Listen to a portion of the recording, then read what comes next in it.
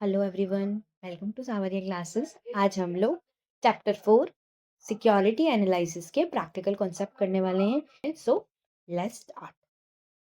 सबसे पहले हम लोग अर्थमेटिक मूविंग एवरेज निकालना सीखेंगे। इसके लिए मैंने एक एग्जांपल लिया है, जो बुक का ही एग्जांपल है। चलो इससे समझते हैं। For example, moving average is calculated by considering the most recent observation for which the closing prices of a stock on 10 successive trading days are taken into account for the calculation of a 5-day moving average of daily closing balance। इस example में क्या है, इन्होंने 10 days के हमको closing prices दे दिए। Okay, और हमको बोला 5 डे मूविंग एवरेज निकालना है। हमको क्या बोला इन्होंने, 5 डे मूविंग एवरेज निकालना है, मतलब एवरी 5 डेज के ऐड करने हैं। ओके, तो हमने क्या किया, स्टार्टिंग में 5 डे पे फर्स्ट टू 5 डेज के ऐड करके यहाँ लिख दिए। देखो वो आएंगे 1 to 7। ओके, फिर हम लोग क्या करेंगे, 6th डे पे इसमें क्या होता है, मोस्ट रीसेंट प्राइजेस लिए जाते हैं। ठीक है, तो हम क्या करेंगे, 6th डे में 6 डे का इंक्लूड करेंगे और फर्स्ट डे का एक्सक्लूड कर देंगे। ओके, तो हमारी ये वाली वैल्यू आ जाएगी।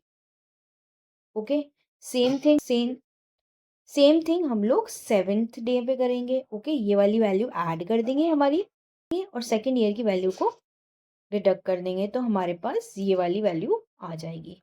ओके, सेम हम 8th ईयर में भी करेंगे, ये वाली वैल्यू ऐड कर देंगे और ऊपर वाली 3rd डे की काट देंगे। ठीक है, तो ये वैल्यू आ जाएगी। 9th डे पे भी ऐसे ही करेंगे, ये ऐड करेंगे, ये लेस करेंगे, तो ये वैल्यू आ जाएगी।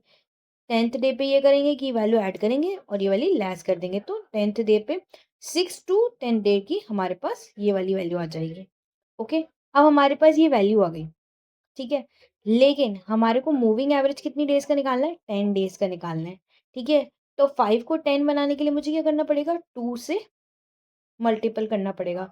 इसलिए मैंने क्या किया, इन सब को ऐड टू कर दिया। मतलब अब मैं जो अब जो मैं सम लिख रही हूँ ना, वो दो दो डेज का लिख रही हूँ। मतलब इन दोनों वैल्यूज का लिख रही हूँ, ये वाला वैल्यू, फिर इन दोनों का लिख रही हूँ ये वाला, फिर इन दोनों का लिख रही हूँ ये वाला, और इन दोनों का लिख रही हूँ ये वाला, और इन दोनों का लिख रही हूँ ये वाला। ठीक है, तो हमारे पास एग्जैक्ट 5 वैल्यूज आ गई। पहले हमारे पास 6 वैल्यूज थी, लेकिन अब हमारे पास 5 वैल्यू है।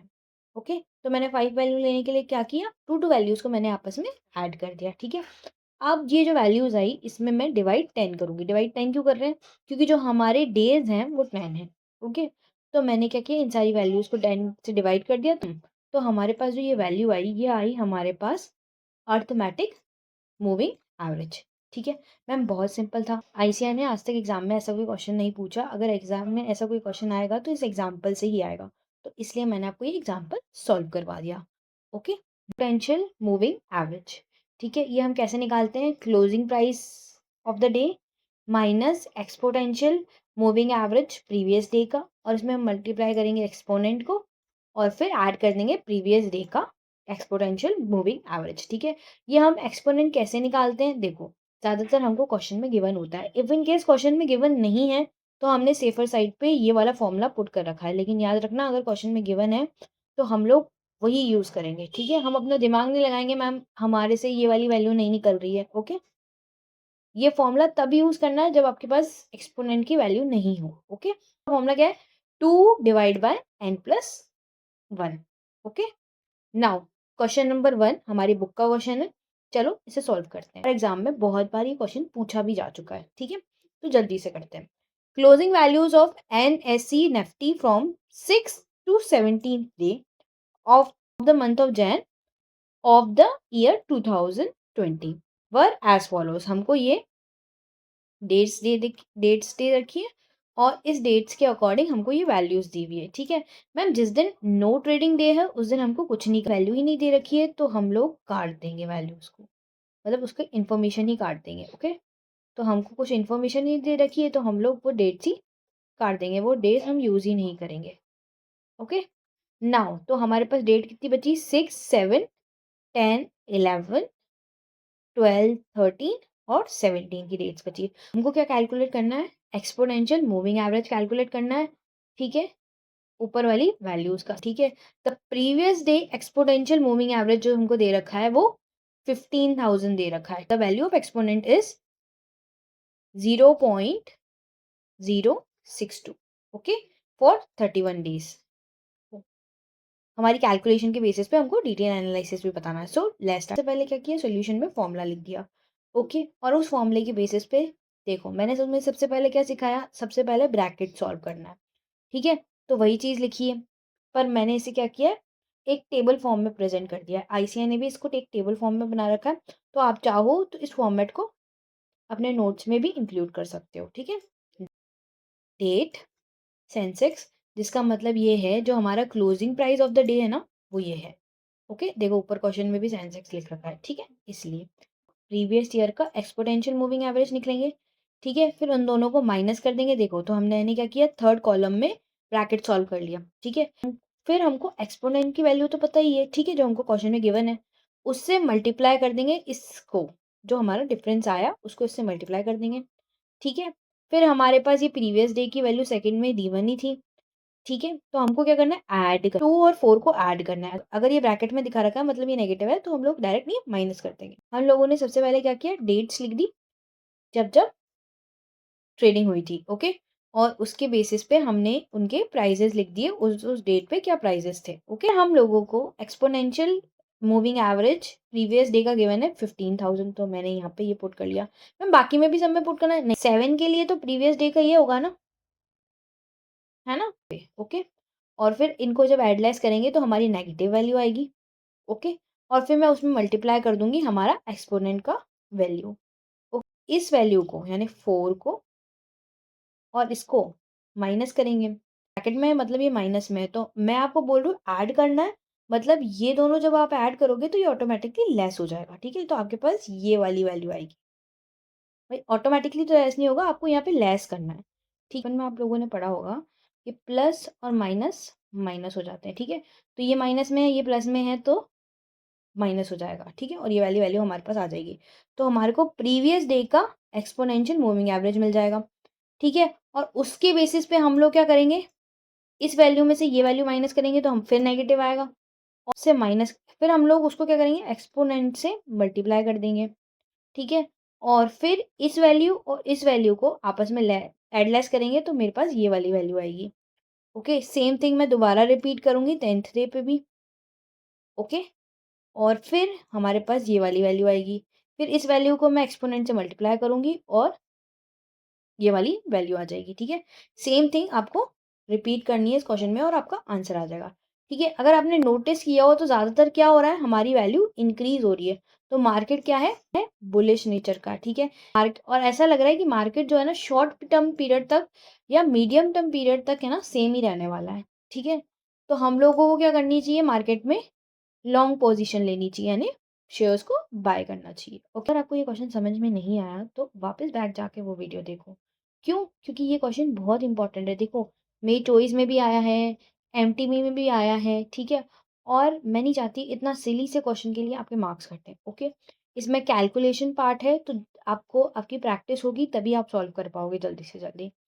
अगर चैप्टर 4 से प्रैक्टिकल क्वेश्चन बना तो ज़्यादातर चांसेस है कि यही क्वेश्चन आएगा। ठीक है, तो इस क्वेश्चन को अच्छे से कर लेना। Now we are moving on run test. ठीक है मैम, ये रन टेस्ट क्या होता है, मेरी बात समझो। पहले हम लोग क्या करेंगे, इसका क्वेश्चन करेंगे, फिर मैं आपको इसका फॉर्मूला पढ़ाऊंगी, जिससे क्या होगा, 2 बार चीज़ें रिवाइज हो जाएगी। Okay, question number 2, closing value of stock market index for the month of October 2007 is given as below. ठीक है, डेट्स बता रखी है और उनकी इंडेक्स वैल्यूज बता रखी है। Okay, are required to test the weak from the efficient market by applying the run test at the rate of 5% and 10%। ठीक है, 5% की टी की वैल्यू बता रखी है और 10% की टी की वैल्यू बता रखी है। ठीक है मैम, हमको इसको सॉल्व कैसे करना है, लेट्स स्टार्ट। ठीक है, सबसे पहले स्टेप नंबर 1 में आपको क्या करना है, आपको ये चेक करना है कि ये जो प्राइजेस है ना, इनका डिफरेंस पॉजिटिव है या नेगेटिव है, वो देखना है। ठीक है, हमारी वैल्यू क्या थी, 2800, और अब हमारी वैल्यू क्या हो गई, 2780, तो हमारी वैल्यू क्या हो गई, गिर गई, तो माइनस का साइन। ठीक है, फिर 2870 से हमारी वैल्यू क्या हो गई, 2795 हो गई, तो हमने क्या किया, ऐड कर दिया। फिर हमारी वैल्यू क्या हुई, बढ़ गई वापस 2। फिर इस वैल्यू को इस वैल्यू से कंपेयर करेंगे तो हमारी वैल्यू क्या हो गई, गिर गई। फिर इस वैल्यू को इस वैल्यू से कंपेयर करूँगी तो हमारी वैल्यू क्या हो जाएगी, इंक्रीज़ हो जाएगी, ठीक है। और इस वैल्यू को इस वैल्यू से कंपेयर करूँ तो मेरी वैल्यू क्या हुई, ऐड हो गई, इंक्रीज़ हो गई, ठीक है। फिर कंपेयर करूँ तो मेरी वैल्यू इंक्रीज़ हो गई, मतलब इंक्रीजिंग को हम प्लस से डिनोट कर रहे हैं और डिक्रीजिंग को माइनस से डिनोट कर रहे हैं, ठीक है। फिर भी प्लस हो गई, ओके, और फिर इंक्रीज़ हुई, ओके, फिर भी इंक्रीज़ हुई। अब मैं यहाँ देखूँ तो भी इंक्रीज़ है, यहाँ देखूँ तो डिक्रीज़ हो गई, ठीक है। यहाँ देखूँ तो भी डिक्रीज़ हो गई, देखो फिर इंक्रीज़ हो गई, ठीक है, फिर डिक्रीज़ हो गई, फिर इंक्रीज़ हो गई, नहीं, फिर फिर क्या हुआ, फिर डिक्रीज़ हो गई, फिर क्या हुआ, फिर डिक्रीज़ हो गई, फिर डिक्रीज़, और फिर लास्ट में इंक्रीज़ हो गई। मैम हम लोग ये इंक्रीज़ डिक्रीज़ क्यों निकाल रहे हैं? देखो, मैंने क्या किया, ये इंक्रीज़ डिक्रीज़ सबका बता दिया आपको, ठीक है। फिर क्या हुआ, हम लोग इससे R, N1 और N2 निकालेंगे, ठीक। मैम R कैसे निकालते हैं? देखो, R के लिए क्या होगा, ये साइन जितनी बार भी चेंज होंगे ना, देख R ये साइन फर्स्ट बार चेंज हुआ, ठीक है, ये सेकंड बार चेंज हुए, मतलब पहले माइनस थे अब प्लस हो गए, ठीक है। पर अभी प्लस प्लस चल रहा है तो एक ही बार माना जाएगा, फिर ये प्लस से माइनस हो गए तो 3R हो गए, ठीक है।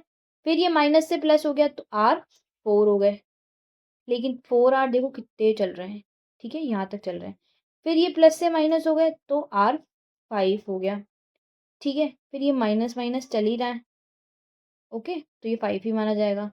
फिर ये माइनस से प्लस हो गए तो ये R 6 हो गया, ओके। फिर प्लस से माइनस हुए तो R 7 हो गया, और फिर माइनस से प्लस हो गए तो R 8 हो गया, ठीक है। R का मतलब क्या है, चेंज इन साइन। N1 क्या होता है, N1 होता है पॉजिटिव साइन, जितने भी हमारे पॉजिटिव साइन आए ना वो N1 होते हैं। देखो काउंट करते हैं, 1 2 3 4 5 6 7 8 9 10 और 11, ठीक है। वैसे ही आप लोग नेगेटिव साइंस कैलकुलेट कर लेना, वो 8 आएंगे, ठीक है। अब हमको क्या है, इसमें हम लोग क्या करेंगे, मीन और SD निकालेंगे, ठीक है। ये हमारा स्टेप नंबर 2 है, ठीक है। तो स्टेप हमारा मीन का फॉर्मूला क्या है, 2n1n2 divide n1 plus n2 plus 1, ठीक है। तो इसमें मैंने वैल्यू पुट करी और मेरी आंसर आ गया। और फिर ऐसे ही SD करेंगे, SD का फॉर्मूला दे रखा है ये 2n1n2, फिर ब्रैकेट में 2n1n2, फिर मैंने क्या किया, n1 और n2 माइनस कर दिए, ठीक है। फिर डिवाइड n1 प्लस n2 का होल स्क्वायर, और फिर साथ में multiply n1 plus n2 minus 1, ठीक है।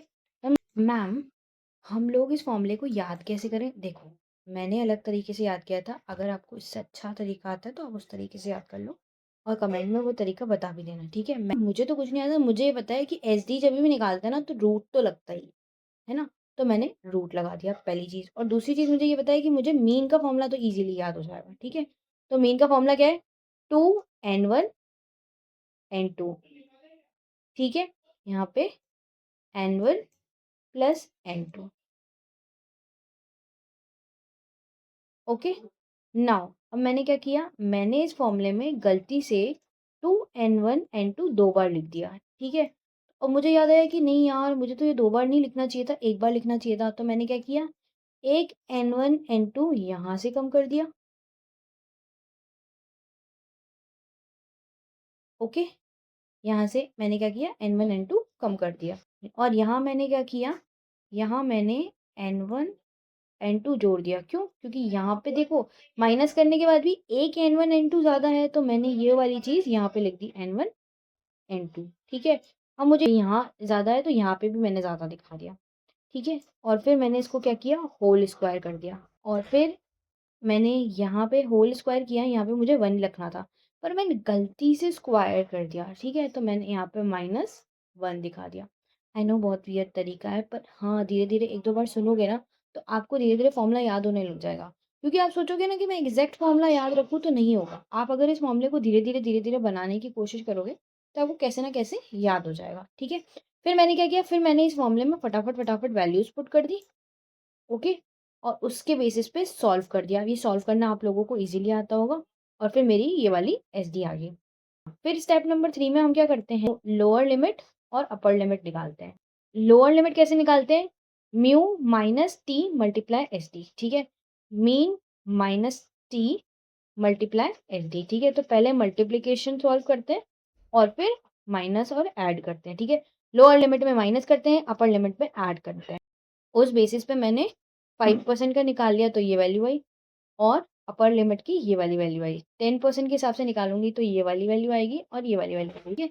इसी के साथ इस चैप्टर के प्रैक्टिकल कॉन्सेप्ट खत्म हो गए, ठीक है। तो बहुत छोटा सा है कि आप चाहो तो एक दिन के अंदर अंदर फटाफट निपटा सकते हो, थ्योरी और प्रैक्टिकल दोनों, ठीक है। तो मैं इस चैप्टर की थ्योरी जल्दी से जल्दी अपलोड कर दूंगी, ठीक है। अगर आपको कोई भी डाउट हो तो कमेंट सेक्शन में कमेंट कर दो, ओके।